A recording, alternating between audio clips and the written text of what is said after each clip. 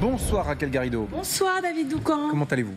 Très bien, merci. Et vous? Très bien, merci. Très heureux de vous avoir. Louis Sarkozy, bonsoir. Bonsoir Monsieur Doucan. Et bienvenue à vous. Merci. Alors, premier sujet de débat, c'est la relation entre la France et l'Algérie. Nous avons le sentiment d'être dans une impasse. Je vais rappeler quelques faits très rapidement. L'Algérie refuse très régulièrement et encore récemment de reprendre chez elle ces ressortissants que nous voulons expulser. Boualem Sansal, écrivain franco-algérien, est enfermé en Algérie. Les magistrats algériens ont requis 10 ans de prison contre lui pour un délit qui s'apparente à un délit d'opinion. Je pense qu'on peut le dire ainsi. Nous avons appris récemment qu'il y avait une sorte d'agent double au sein du ministère des Finances et qui donnait des renseignements au régime algérien. Et en face, nous avons un gouvernement français qui a pu montrer des divisions et qui, aujourd'hui, semble être tombé d'accord sur l'idée d'une riposte graduée. La question que je veux vous poser à l'un et à l'autre, est-ce que la France est en train de se laisser humilier par l'Algérie? Louis Sarkozy, vous commencez. Monsieur Doucan, je pense que oui, partiellement. Pourquoi? Parce que le gouvernement n'a pas de ligne.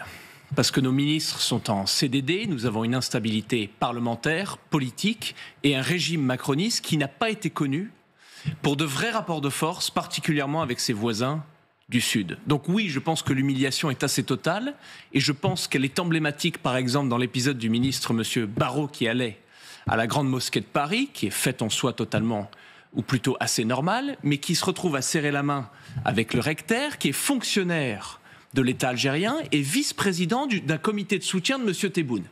Au moment même où M. Sansal, atteint d'un cancer, gît dans une prison et est requis contre lui 10 ans de prison qui est en vérité une condamnation de mort parce que M. Sansal est victime d'un cancer. C'est une humiliation totale et c'est pour ça que je pense que la réponse graduée de M. Retailleau s'entend parce qu'il ne faut pas tomber non plus dans une vengeance aveugle. C'est pas ça les conversations d'adultes. La réponse graduée est très importante pour une simple raison, parce que nous avons des objectifs. Et si ces objectifs sont atteints ou s'il y a une négociation et on est plutôt content avec le résultat, c'est très bien. On ne veut pas punir l'Algérie pour punir l'Algérie. Personne ne parle de revanche dans les champs. À ce moment de la gradation, on a le sentiment que le régime algérien se fiche un petit peu des menaces et du bâton tendu par la France. Qu'en pensez-vous, Raquel Garrido? Je pense comme vous que le gouvernement manque d'une doctrine. Et quant à moi, je suis absolument convaincue, vraiment j'ai la ferme conviction que la France et l'Algérie devraient être des nations dans une relation fraternelle. Et c'est à ça que devrait s'occuper le gouvernement algérien et le gouvernement français. Et au passage, mais ça n'est pas quelque chose de secondaire, ça nous aiderait aussi par rapport au cas de Boualem Sansal. Mais pas seulement. Pas seulement. Les liens entre nos deux pays sont anciens, sont historiques et méritent d'être travaillés. Et on l'a vu récemment avec le scandale, si j'ose utiliser ce mot, Happati, qui n'est pas en fait le scandale Happati, qui est en fait la révélation au grand public par Jean-Michel Apathy de la réalité en fait historique de la conquête de l'Algérie par la France et de sa violence. Et on voit bien qu'il y a en tout cas du moins côté français, à la fois un sujet qui est très concernant, c'est 1,5 million de conscrits qui sont allés en Algérie à la fin des années 50, début 60, donc, et c'est le peuple populaire. Moi par exemple, mon beau-père a été en Algérie, il avait 20 ans, c'était un jeune du Midi de la France, il n'avait pas le droit de vote en France, mais il avait déjà le droit de porter des armes en Algérie, donc c'est quelque chose qui draine une mémoire longue dans notre pays, mais assez incomplète, et c'est vrai que, notamment avec le travail de l'historien, sous l'égide de Benjamin Stora, qui est un grand historien de l'histoire de l'Algérie en France, une commission d'historiens algériens et d'historiens français avait commencé un travail.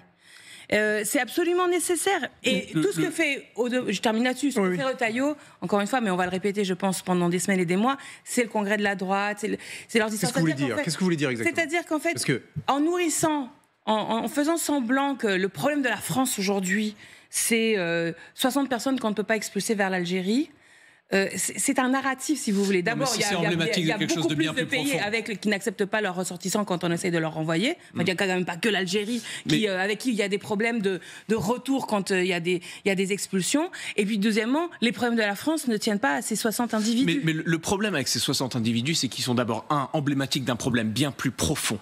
Nous avons une incapacité à gérer avec ces sujets sur la migration, un tabou sociétal et même une incapacité gouvernementale, premier point.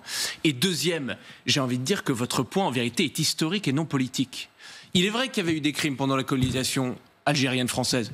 Toute nation a commis des crimes. Mais l'idée que c'est cette histoire-là qui retient l'Algérie aujourd'hui, c'est n'importe quoi. Enfin, c'est le plus grand pays d'Afrique. Des gisements de fer de partout, 1% des réserves pétrolières au monde, et un statu quo entre nos deux pays qui est très favorable à eux. La situation des visas est très favorable à l'Algérie, notamment à l'élite algérienne. 140 millions d'aides au développement par an.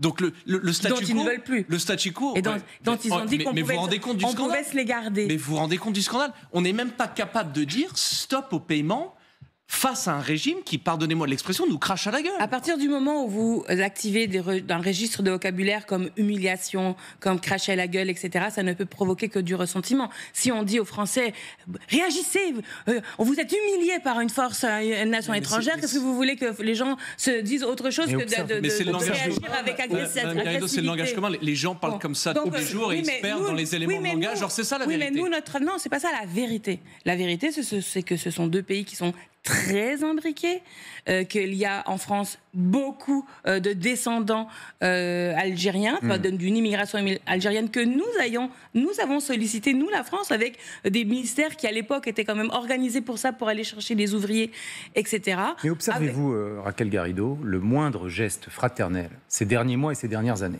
non, de la part, enfin, si, de la part de M. Tebboune et de son gouvernement. À l'endroit de la France. Autour de la commission Benjamin Stora, il y a eu des avancées. Timides, mais réelles. Mais je ne suis pas naïve. Je vois bien aussi que la détestation de la France est un narratif en Algérie. Exactement. Donc je vois très bien, utile domestiquement pour le régime. C'est ce qu'on appelle la rente mémorielle dont se sert le régime pour asseoir son pouvoir. Et pour expliquer parfois son incompétence et souvent sa cruauté à son propre peuple, d'ailleurs. Parce que le conflit que nous avons ici n'est pas avec le peuple algérien, n'est pas avec la nation algérienne, c'est avec un État. Un État, d'ailleurs, qui minimise sa propre nation, parce que les Algériens en sont la première victime. Et donc le conflit, et la chose que nous soulignons souvent sur ces plateaux, c'est que le conflit est avec un État qui est l'incarnation de cette cruauté, cette incompétence, et pas du tout avec ses ressortissants qui en sont la première victime. Cette distinction entre la nation et l'État, déjà, est fondamentale, et je pense que si tout le monde s'en met d'accord, on a déjà fait un immense pas vers le progrès, et peut-être même vers admettre le fait que le rapport de force, et c'est là que M. Retailleau a raison, est totalement justifié dans ce cas-là. D'ailleurs, 67% des Français trouvent qu'il a raison d'établir un rapport de force avec l'Algérie. Le problème avec M. Retailleau est différent. Et sans faire de comparaison directe, mais ça me rappelle vraiment la situation de Winston Churchill après l'invasion des Gallipoli, qui fut un désastre monumental, une opération militaire qu'il avait supportée lui-même, qui finit en désastre. Des dizaines, si ce n'est des centaines de milliers de morts, néo-zélandais et australiens notamment. Et Churchill arrive à une réalisation après ça, il dit « Je ne vais plus jamais supporter une grande opération militaire si je n'en ai pas le commandement suprême ». Et j'ai l'impression que c'est un peu le dilemme de M. Retailleau, c'est-à-dire qu'il a un combat. C'est tout à son honneur. Les Français sont d'accord avec lui. Mais il n'a pas tous les outils, toutes les manivelles de pouvoir pour pouvoir mener à bien son combat. Il n'est pas au Quai d'Orsay, il n'est pas à l'Élysée, et donc il est limité. Et il prend un risque, encore une fois, tout à son honneur, mais un vrai risque, de démontrer une incompétence parce qu'il n'a pas justement une impuissance. Une impuissance. Raquel Garrido. Gesticuler en faisant semblant de gouverner, c'est une incompétence. Donc il peut s'en prendre qu'à lui-même. Personne ne l'a obligé à être ministre. Et en plus, il est ministre de l'Intérieur. On l'entend, on a l'impression que c'est le ministre des Frontières et le ministre de l'Extérieur. Donc, en fait, il ne fait pas son travail. Et je rappelle que lui, comme ministre de l'Intérieur, son travail, c'est de rendre notre vie sûre, c'est-à-dire en sécurité. Expulser 60 des Algériens sous OQTF, c'est rendre les Français plus sûrs. Alors, c'est là où on est vraiment dans un registre de gesticulation. C'est-à-dire, il n'y a personne de sérieux qui s'y connaît en criminalité, en droit pénal, en délinquance, qui pense sérieusement que dans notre pays, le problème... Raquel Garrido, voilà. J'allais dire Mulhouse. Ok, c'est un cas. Ok. Non mais attendez, que nos téléspectateurs comprennent, parce que vous dites Mulhouse, il faut suivre l'actualité. Il y a un mois à peu près, un acte d'extrême violence a eu lieu sur le marché de Mulhouse. C'est le parquet national antiterroriste qui s'en est saisi, donc sans doute à vocation terroriste. Et l'auteur présumé est effectivement un ressortissant algérien sous obligation de quitter le territoire français et dont l'expulsion avait été refusée. Oui. Donc nous sommes vraiment dans le cas, il y en aura le cas précis. Non, mais on est d'accord que de toute façon, c'est non seulement un drame, c'est un drame terrible, et puis on pense à la victime, on pense aux personnes qui se sont interposées. Cette affaire-là, je rappelle que c'est un monsieur qui était portugais qui a été tué, qui a été héroïque puisqu'il a essayé de s'interposer. Tout ça, c'est absolument abject. Tout ceci. Non, mais donc, quand on dit que la France veut vouloir expulser une soixantaine de personnes qu'elle juge dangereuses. Et encore une fois, je le répète, quand la France veut obtenir le retour de certains ressortissants dans leur pays d'origine, on est dans le cadre des relations bilatérales qui existent avec un tas de pays. Et encore une fois, faut être parfaitement transparent. Il n'y a pas qu'avec l'Algérie que la difficulté se pose de la non-acceptation le problème est double avec l'Algérie. Donc là, il y a un narratif sur l'Algérie. Il y a la réactivation d'un esprit de guerre civile. Et n'oublions jamais, parce que c'est quand même, vous me reprochez de parler d'histoire, mais l'histoire, elle matrice les psychologies, les idiosyncrasies. Bien sûr qu'en France, l'extrême droite, depuis longtemps, joue sur cette espèce de mémoire de revanche de guerre civile avec l'Algérie. Et dans le sud de la France notamment, il y a des villes, par exemple des villes comme Béziers, j'en parle souvent parce que ma belle famille est de Béziers, mais c'est une ville dans laquelle il y a eu beaucoup de rapatriés d'Algérie qui progressivement sont devenus très à l'extrême droite, dans un discours très islamophobe, très anti-arabe. Et ça, c'est quelque chose qui est réactivé. C'est tout. Et ça ne sert pas les intérêts de la France. L'intérêt de la France, c'est d'avoir des bons rapports avec l'Algérie. Le rôle de nos autorités, c'est de faire en sorte que ça puisse marcher. Et aussi, nous, c'est de ne pas tomber dans le panneau du premier belliqueux l'intérêt de la France, c'est pas d'être belliqueux, c'est de se faire respecter. C'est ce que je dis. Quand il y a une OQTF, une obligation de quitter le territoire français, elle doit être exécutée, elle doit être respectée. Que ça soit par un Algérien ou un Sicilien, on n'en a rien à faire, il faut que ça se fasse. Et d'ailleurs, non seulement à cause de la menace que représentent ces 60 Algériens, mais à cause du ressenti des Français envers leur propre État. Parce que nous, la France, on est particulier là-dessus. Quand c'est l'incompétence, ça peut aller très vite. La France, c'est 14 régimes en 2 siècles. 14 régimes en 2 siècles. C'est pas comme les autres pays chez nous. Et les Français pardonnent à l'État, peut-être un peu d'autoritarisme, peut-être des erreurs, mais jamais l'incompétence. Voilà. Quand on met un cap, les Français sont peut-être pas d'accord avec le cap, mais au moins on y va. Mais quand on dit qu'on va faire quelque chose et qu'on le fait pas, là c'est la catastrophe. Retailleau est mal barré alors. 14 constitutions. Mais parce que le combat plutôt de M. Retailleau, qui est celui des Français, 70% des Français... vous présumez... 70% des Français sont d'accord avec lui. Mais d'accord avec quoi? Avec le fait que notre principal problème dans la vie, c'est l'Algérie, pardonnez-moi. Il n'y a pas peut-être la Russie, il n'y a pas Donald Trump, notre problème. On n'a pas des problèmes plus importants. Vous êtes une femme politique distinguée, d'ailleurs, dois-je dire. Vous savez ça marche pas avec moi la flatterie, monsieur Sarkozy. Je vais essayer quand même. Le problème du politique, ou la mission du politique, n'est pas d'apporter des subtilités académiques au sentiment profond des Français. C'est d'écouter les inquiétudes qui sont les leurs et d'y répondre. 70% des Français disent, ils nous tapent dessus, on va établir un rapport de force. Alors on établit un rapport de force. C'est du blabla. Qu'est-ce que vous voulez? On a déjà fait la guerre d'Algérie. Elle a déjà été faite. On a fait une conquête qui a été sanglante. Personne ne parle de conquête. La conquête de l'Algérie. Personne ne parle de conquête, Madame Garrido. Personne. On parle simplement. Pardon, Jean-Michel Apathy, il en a parlé. Et ça a créé une espèce de réaction de l'extrême droite en particulier qui a trouvé ça absolument insupportable. Pardon, ça fait partie des éléments qui sont sur la table. Essayez de ne pas parler en même temps, parce que dès que vous parlez en même temps, nos amis qui nous font la gentillesse de nous regarder n'entendent plus rien et ne comprennent plus rien. Mais je voudrais que nous avancions, toujours sur ce sujet de l'Algérie, en parlant de Boualem Sansal, avec une question. Est-ce que la politique du bras de fer, la riposte graduée, certes, mais quand on dit riposte graduée, ça veut dire qu'on peut aller loin dans la gradation, et c'est donc la menace d'un durcissement de la relation pour obtenir ce que nous souhaitons obtenir. Est-ce que ça peut peut-être mettre en danger ou mettre en péril la libération que nous espérons tous de Boualem Sansal? Écoutez, nous avons déjà tenté le fait d'être les plus gentils collaborateurs, l'aide au développement, le système des visas, que les dirigeants et la nomenclatura viennent se faire soigner, et il a été mis en prison. Il serait peut-être temps d'essayer quelque chose d'autre. Et d'ailleurs, le rapport de force, et c'est marrant parce que cette conversation est à peu près la même avec l'Ukraine et la Russie. On n'installe pas un rapport de force pour essayer de maximiser les chances d'une guerre ou de maximiser qu'il arrive quelque chose à M. Sansal. On installe un rapport de force pour dire à nos adversaires stratégiques, c'est fini.